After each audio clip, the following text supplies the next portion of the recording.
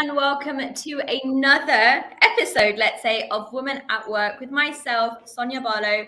Today we are talking all things media, women, women in power, and intersectionality. And we have Kinder Jackson, who is an MD of one of the largest, most recognized media companies in the UK. I'm going to allow her to do her own introduction.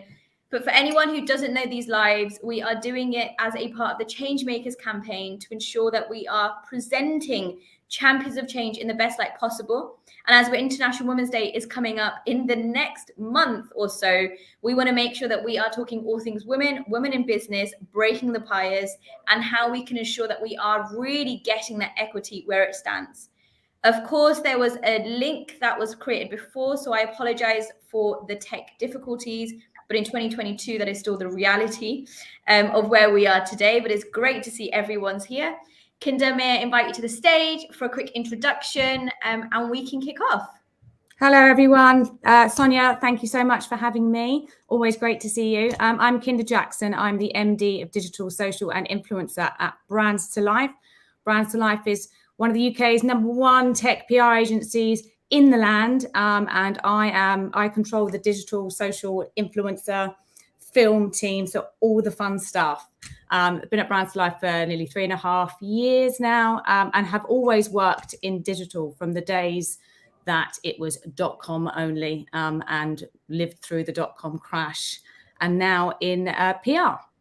Amazing. Kinder, how did you start your journey? I mean, for myself, to see a woman of color in an MD position in an industry that is predominantly not made for us, and by us I mean anyone who identifies as the other, who is intersectional, who is not stereotypically middle class, white, male, who's kind of been to that school in dialect and speaks, that beautiful Queen's English. How did you make your way up on the ladder? So I actually started as a receptionist back in the day when I was 17, for a new media agency. It was a very long time ago, so I'm not going to reveal my age, but we built the first website for Shell, first website for Guinness. So really, really early on. And I was a terrible receptionist, absolutely terrible. And also my accent, which is, as you can hear, is Asturian from Southeast London. I was actually told that I needed to change it whilst I was on reception because it wasn't quite fitting back then. But my boss saw something in me and said, let's get you off reception, let's put you in production. So I went and worked in production at this agency for a number of years before I went to uni, quite late, and worked and did a degree in information design. After uni, I kind of wanted to take a break from digital because I'd worked in Hong Kong for building an interactive shopping centre. So I went into TV production, which I don't know if anyone's worked into TV production. The ladder is steep, and the rungs between each step felt quite unachievable. So I went back to what I love, and went back into digital, and have been there ever since. But it's been a wild ride. I mean, I lived through. I was made redundant actually when we had the .com crash. I worked for one of the largest digital agencies back in the day called Agency.com. And when the .com crash happened, I was made redundant and found myself a single mother, hadn't been recently divorced, of 2, with no job, which was a shocker.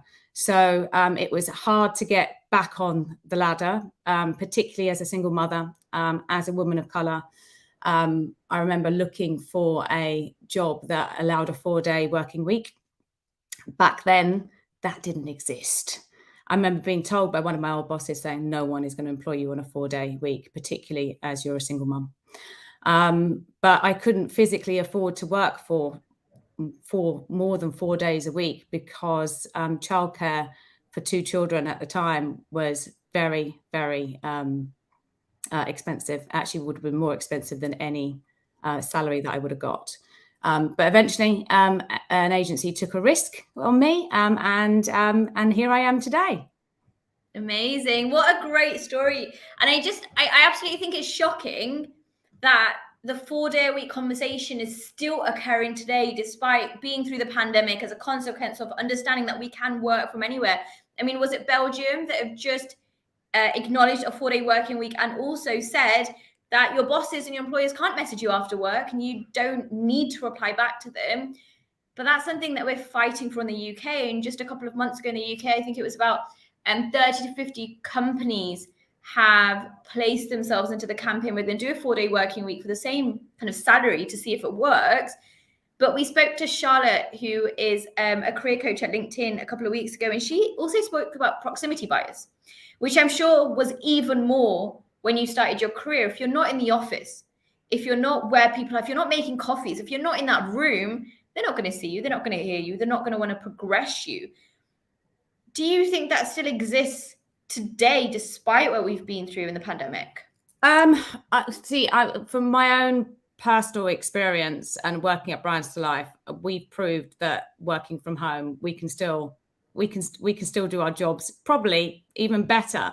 I think that during the pandemic, I speak to individual members of my team more than I would than when I was in the office. When I was in the office, I was in meeting rooms all the time, and I actually feel closer to my team having them all work from home. So I can't really say that we've experienced, and with Brands to Life having such great flexibility on working from home, flexible working, it's not something that I have personally experienced, but I get people that it still exists in the industry, which I think is madness. We've definitely proved things can change. And it is one of the good things that come out of the pandemic. It's kind of, you sit back and go, see, we can work from home and we can do it well. And we're not just sitting about in our pajamas doing nothing. We are still working. In fact, I'd say I'd probably work more now that I'm working from home than I did when I was in the office. But yeah, I guess, and it's Eleanor's point is luckily things are changing, and maybe COVID has helped. There's been a consequence of, well, we've understood that there's a lack of diversity, there's a lack of inclusion, that there aren't enough people of color, there aren't enough women, that women predominantly are the ones that have been impacted as per the pandemic, carer duties. And that isn't that it wasn't there before. It's just now we've been able to shine a spotlight on it.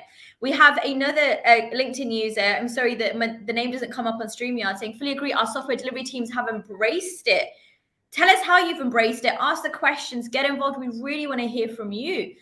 Kinder, what about the individuals that are coming into the business? So first-time joiners, there's a lot of information out there, a lot of data, a lot of research to say they're not going to get the same experience. They're not going to get the mentorship or the networking or the love that they need when they join a business and a company. What is something that you as an MD and as a human in business, what are you doing about that?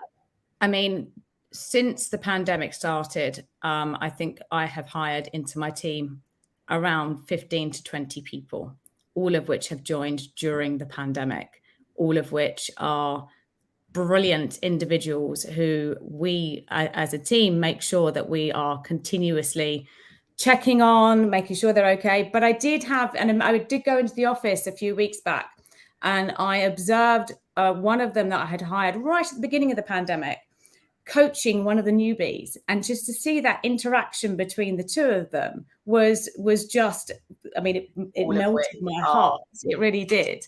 But there is something to be said for the young ones who didn't have the experience of working in an agency to actually get in and actually speak to people face to face. There's definitely a role for the office, particularly for those kind of face to face interactions. But what we were very, very keen on in my team was making sure that we over communicated continuously. 2 team meetings a week, and we're still having them now, even though we're kind of cycling back into the office. But making sure everyone is happy, feels included, no one feels left out, everyone's learning, everyone's growing is of utmost importance. Yeah, so it's already about people development, career development, and not being afraid, not letting failure set you apart, but really embracing that the world is changing, we're changing. How do we adapt? How do we network? How do we coach? How do we mentor? And, at Like-Minded Females, mentoring is something that we are super passionate about.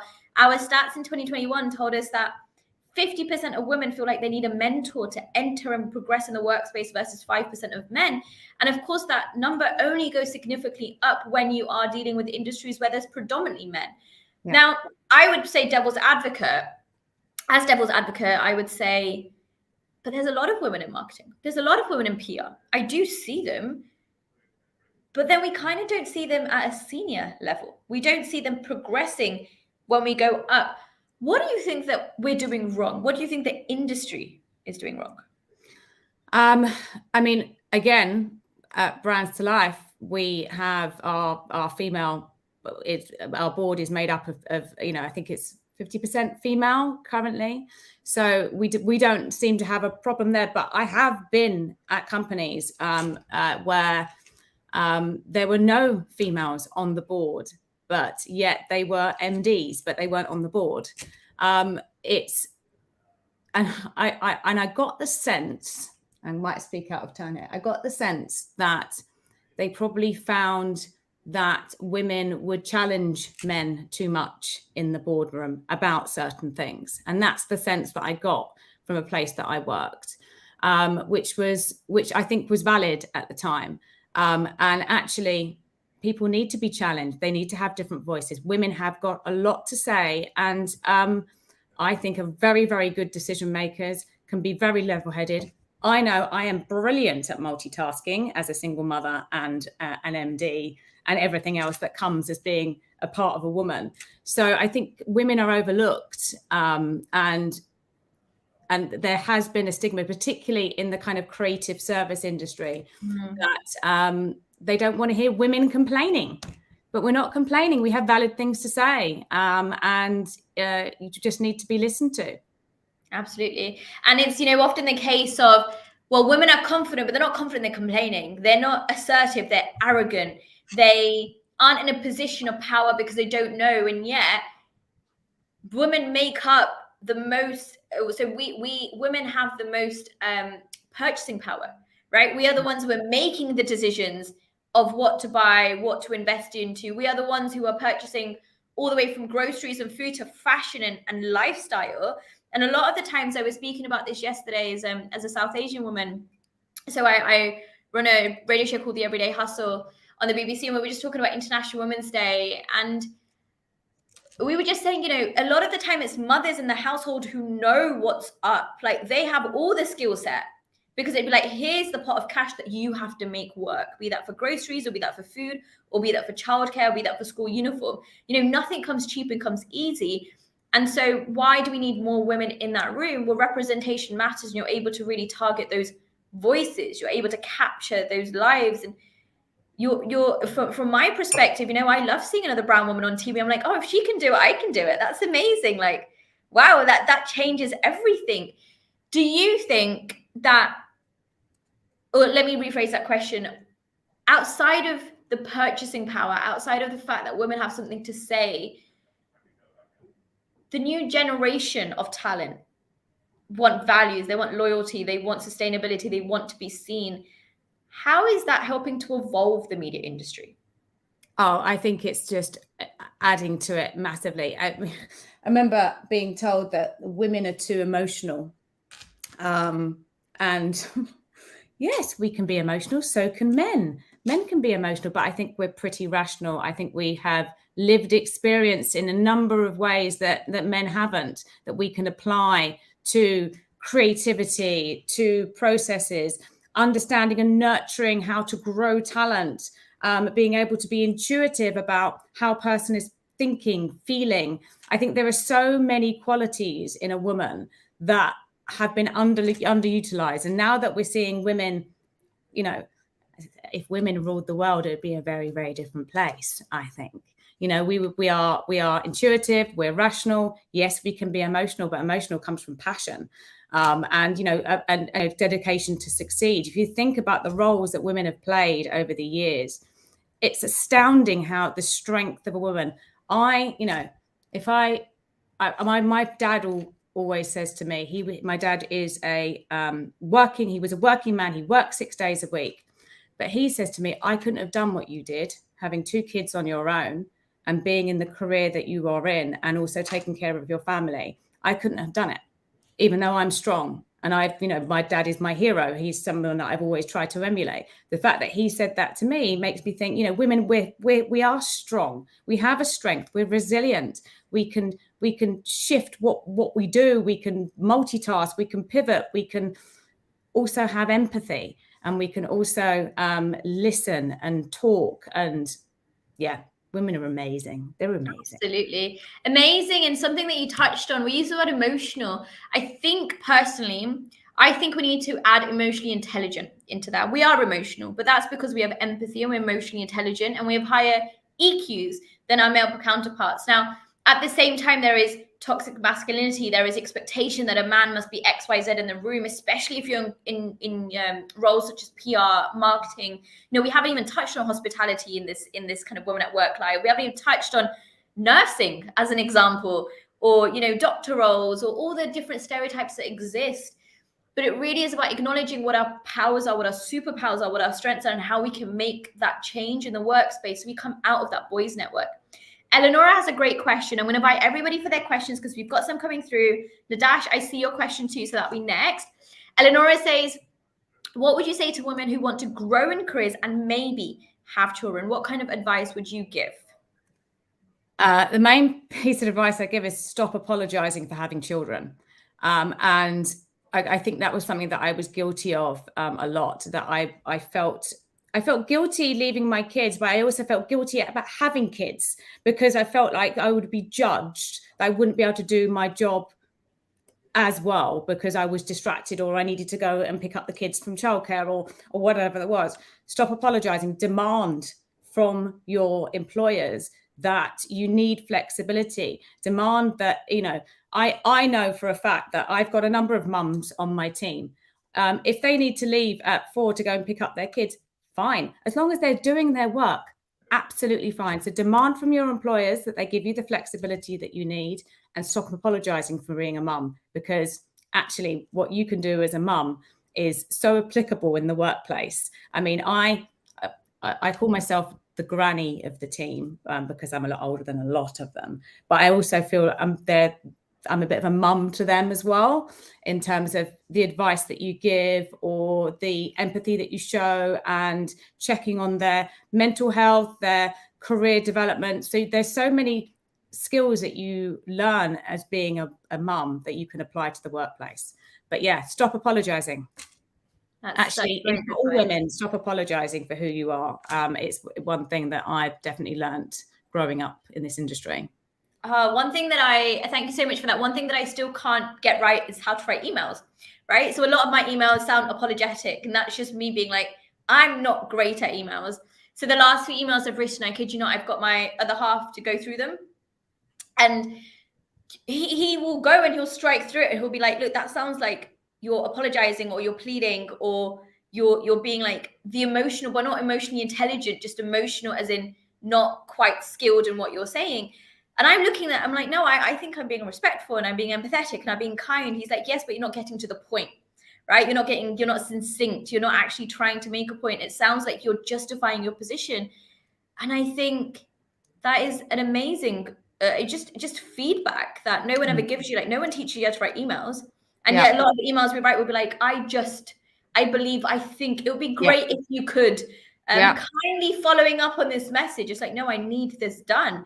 Karina says, there is an Outlook plugin to spot too many apologies. Karina, I did not, but please let us know in the chat which one that is, because that's amazing. I want that. That'd be great. Absolutely.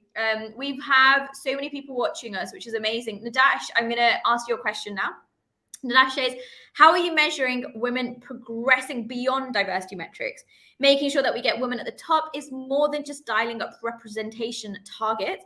What can we do to ensure that we are doing the right thing to address these obstacles? And I think I'd love for you to answer this from two perspectives. One is as an organization, as someone who's running the organization, but two is also as an individual, because, before we jumped on this live, we spoke about the fact that you also head up your EDI team and you are really focused on embracing that culture, but you're doing it from a kinder, not from kinder DMD. Yeah.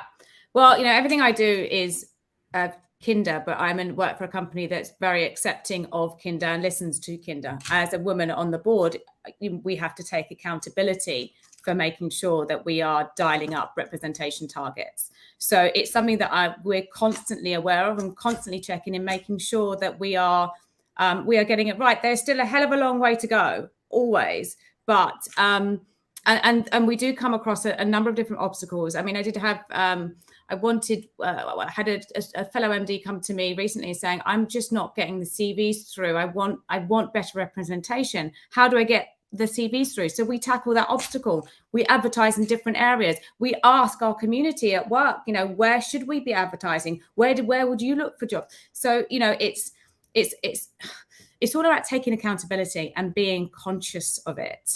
And that's one thing that I'm very conscious. Being an MD on the board of a large company like ours is very important that I take accountability to making sure that change is happening.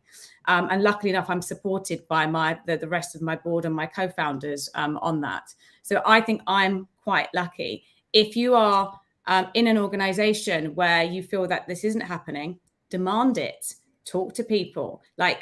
Don't just sit there and wait for someone else to do something. Do something about it. Everybody in a company should take accountability for it. So demand it is what I would say.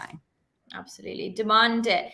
And what about so I'm a fresh graduate. I've just joined the company. I'm in my probation period, and someone speaks to me disrespectfully, or I have something that I'd like to recommend in the business, hiring, recruitment wise, I think you're not working with the right communities, and I'm just having a terrible day and I've got pain in my body and I just don't want to come in. But I think the point I'm trying to make is I'm scared that if I bring these up during probation, someone's going to tell me off or I'm going to be fired. And I say that from my own example. I remember when I was at probation, I was so scared that someone's just going to fire me for saying something out of line. How do we deal with building that confidence in ourselves, especially when we are the intersectional woman, or we're just new to the industry? Well, I mean, if you're in your probation period and you bring something like that up and you are judged on it, be thankful that you're in your probation period and you can leave and you can go somewhere else, because it's not acceptable in this day and age for those kind of things not to be able to be raised.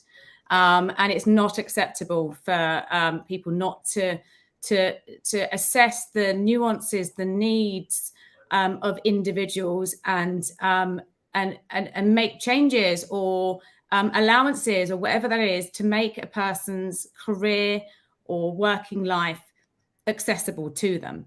So leave, I would say. If you're in your raise it.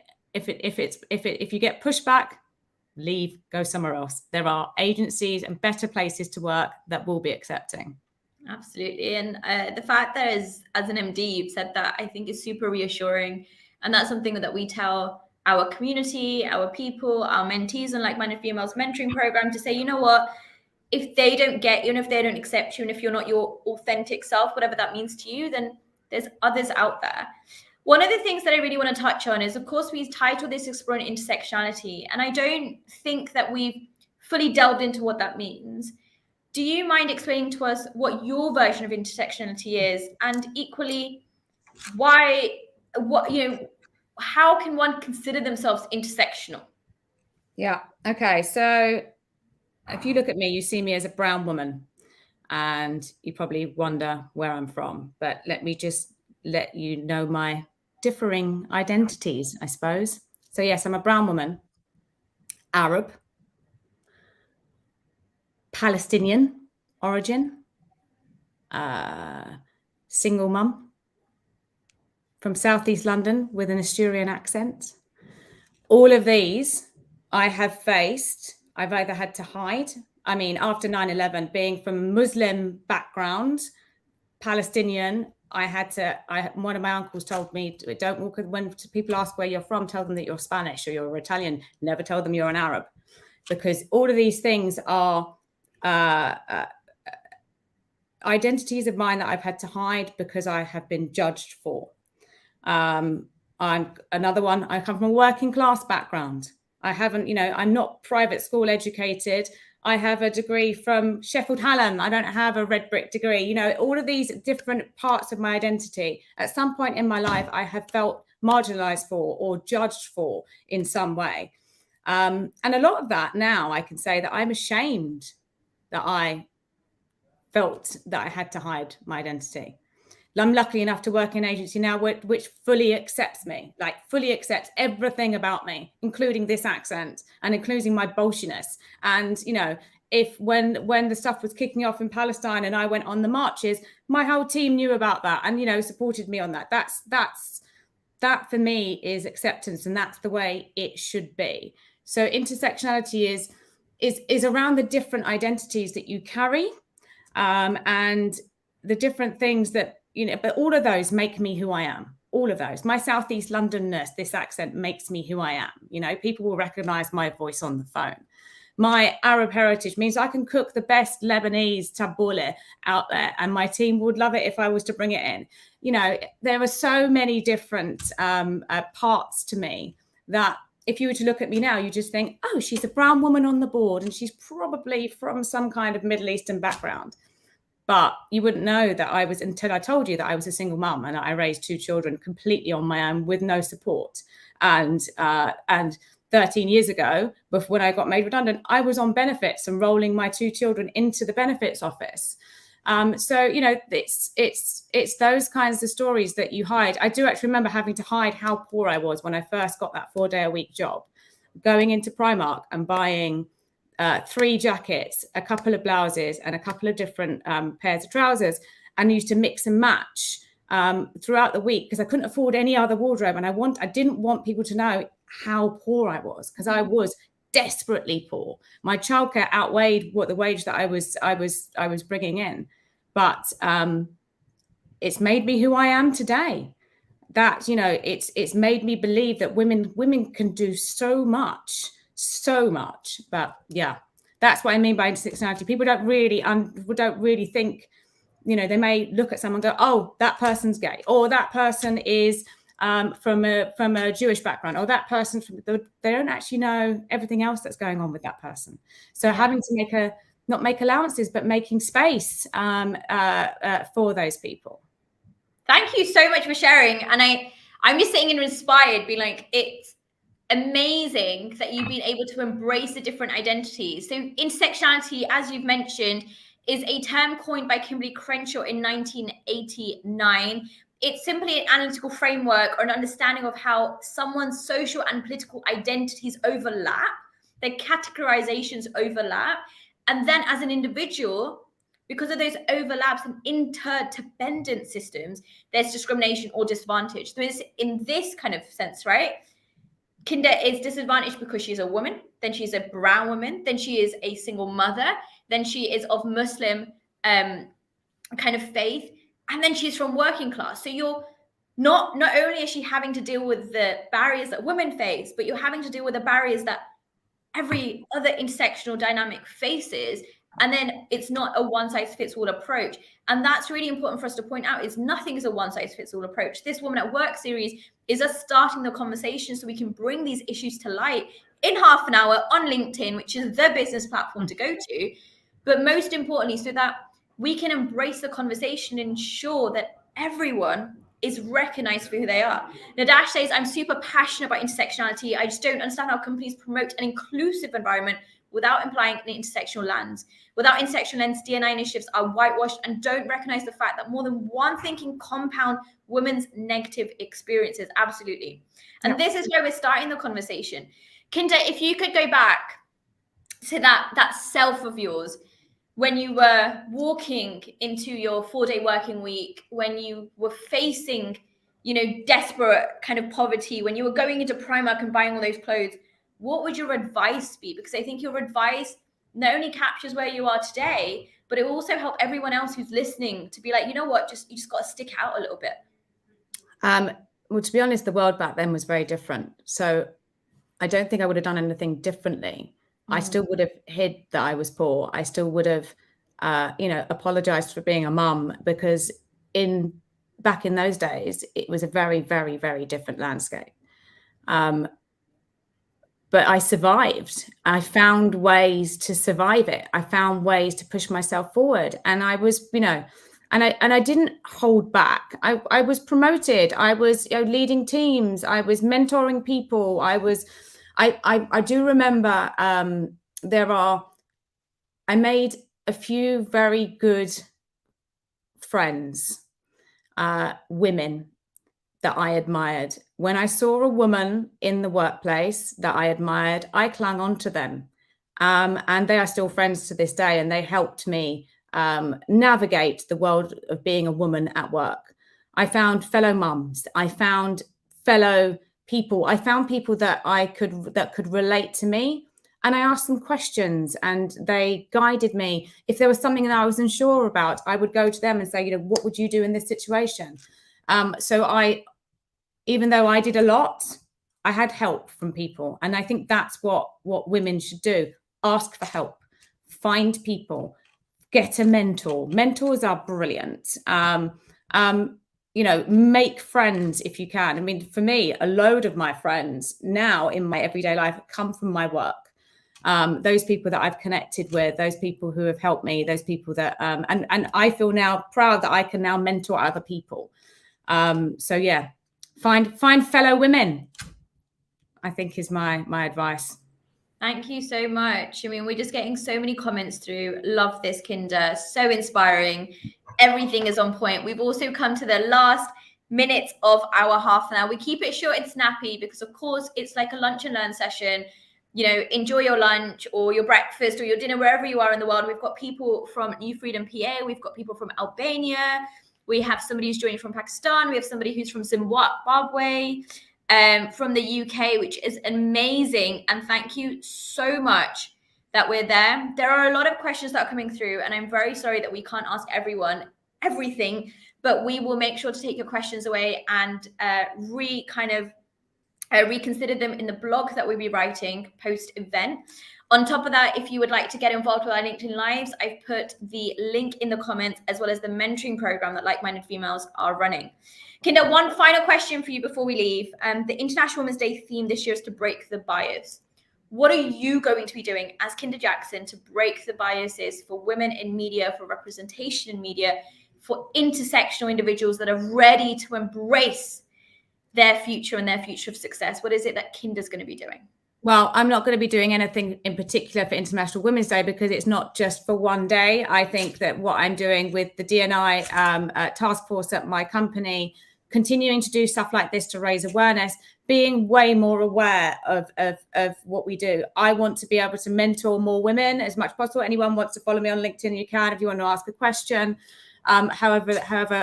whatever you want. But I think just taking accountability, calling out when you see things are wrong, continuing on our mission at Brands to Life to ensure that we are inclusive and we are providing equity for all. So yeah. And it's not just about International Women's Day. I mean, bias is more than just about being a woman. So absolutely. And we'll get to that. Thank you so much. Thank you everyone for joining. We've had so many people join. Some great comments. Love the session. Thank you, Sonya and Kinder. Of course, Sidra says, thank you, Kinder. Thank you so much. Karina says, inspiring, Kinder. You are changing the way that we are thinking. So thank you. For everyone, remember, as Kinder mentioned, International Women's Day is not just one day a year. We should be celebrating our successes, but also we should also be chilling, because we should be living that life every day for the rest of the year. If your companies want to know what we can do better, please encourage them to listen back to this live. There's so many golden nuggets that we've shared, and we will also be doing a post-live blog. If you want to ask a question, if you have anything to share, if you want a topic to be raised, please get involved and nominate yourself or someone else. But apart from that, have a great rest of your week and know that you have the power within yourself. Thank you, everyone. Thank you, Sonya.